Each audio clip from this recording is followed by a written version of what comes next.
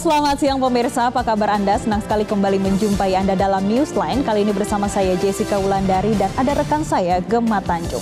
Pemirsa, selain 3 berita utama tadi, kami akan menghadirkan sejumlah informasi terupdate dan menarik lainnya. Namun Newsline akan kita awali dengan Newsline Update. Silakan Gemma. Baik, terima kasih Jessica. Pemirsa, kami akan awali Newsline dengan Newsline Update berikut ini.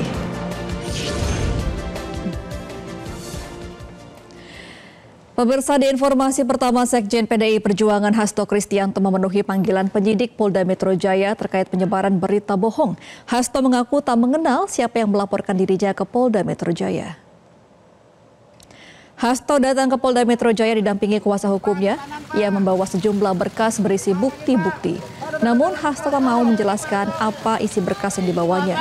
Hasto menyebut kedatangannya merupakan bentuk tanggung jawab warga negara yang taat hukum. Hasto juga menepis dugaan pelanggaran yang ia lakukan dan menyebut isi wawancara dengan TV swasta adalah untuk memberikan pendidikan politik dalam bentuk produk jurnalistik, bukan menghasut. Dalam laporannya, Hasto dituding melakukan penghasutan dan menyebarkan hoaks yang menimbulkan kerusuhan di masyarakat.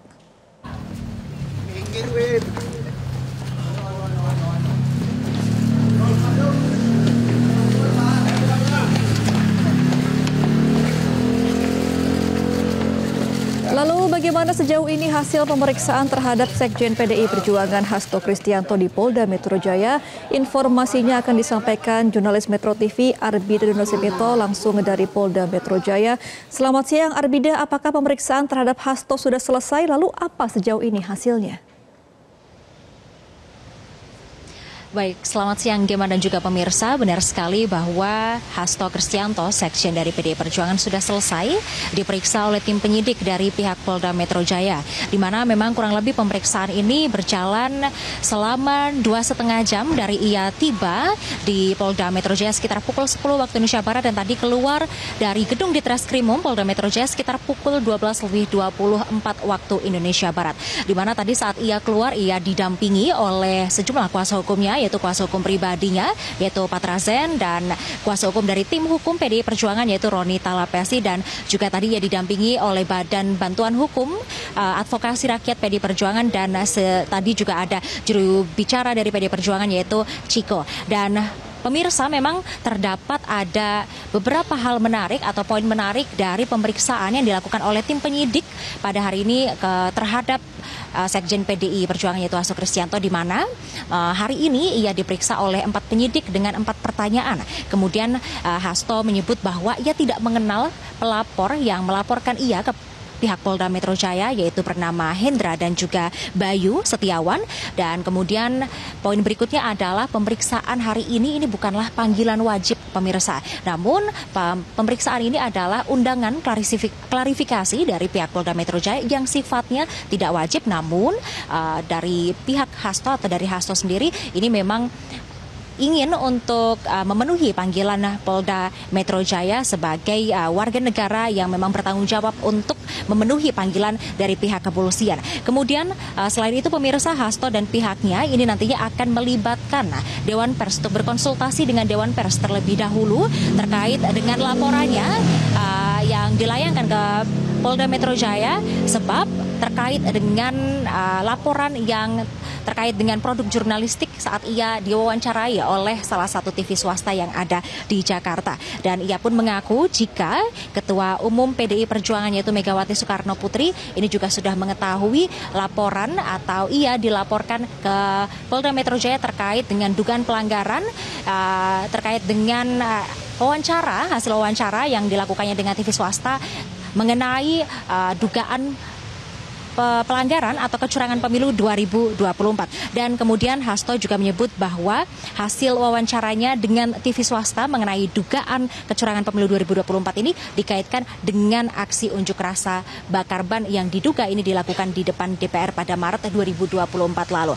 Dan Seperti diketahui juga pemirsa bahwa Hasto ini dilaporkan ke Polda Metro Jaya terkait dengan pembahasan atau topik pembahasan hasil wawancaranya dengan salah satu TV swasta yang dimana terdapat dugaan tindak pidana penghasutan dan juga memberikan informasi elektronik maupun dokumen elektronik di mana pemberitaannya bersifat bohong dan juga menimbulkan kerusuhan yang ada di masyarakat, dan tentunya ini juga ia menepis hal tersebut pemirsa, dan ia mengungkap bahwa apa yang disampaikannya pada saat wawancara dengan salah satu TV swasta ini adalah untuk melakukan fungsi pendidikan politik dan juga komunikasi politik dari fungsi partainya di PDI Perjuangan selaku ia sebagai sekretaris jenderal dari partai tersebut. Dan ia menepis dugaan pelanggaran tersebut dan mengatakan ia juga akan bertanggung jawab terhadap apa yang telah ia sampaikan. Dan berikut pemirsa pernyataan Hasto Kristianto terkait dengan hal tersebut untuk Anda.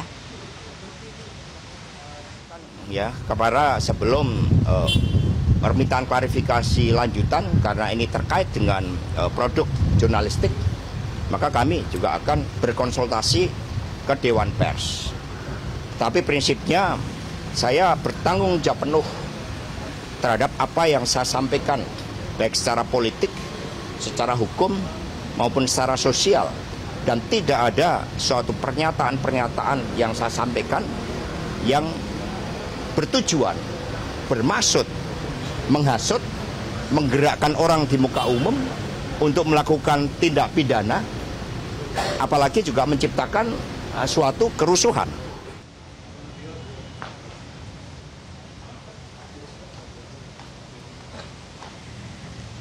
Iya, Armida, diketahui tadi Hasto datang ke Polda Metro Jaya membawa sebuah berkas ya. Apa isi berkas-berkas ini sebenarnya? Baik, terkait dengan berkas dokumen yang ia bawa, ia beserta pihak dari kuasa hukumnya memang tidak menjelaskan secara rinci apa saja berkas dokumen yang ia bawa terkait dengan pemeriksaannya oleh tim penyidik Polda Metro Jaya pada siang hari ini.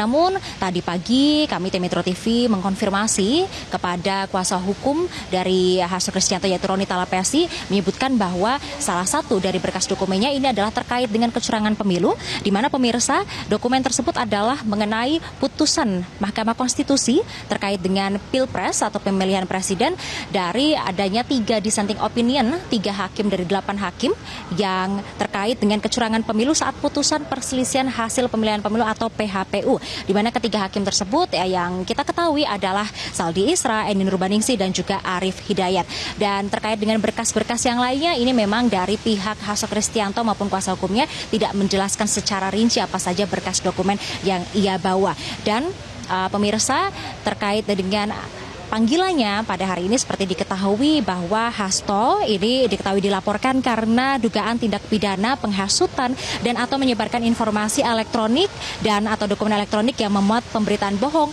yang menimbulkan kerusuhan di masyarakat sebagaimana dimaksud dalam pasal 160 KUHP, kemudian pasal 28 ayat 3 dan juga pasal 45 ayat 3 Undang-Undang Nomor 1 Tahun 2024. Mungkin demikian yang dapat kami sampaikan kepada Anda, Gemma dan juga pemirsa terkait dengan panggilan Hasto ke Polda Metro Jaya hari ini. Kembali ke studio.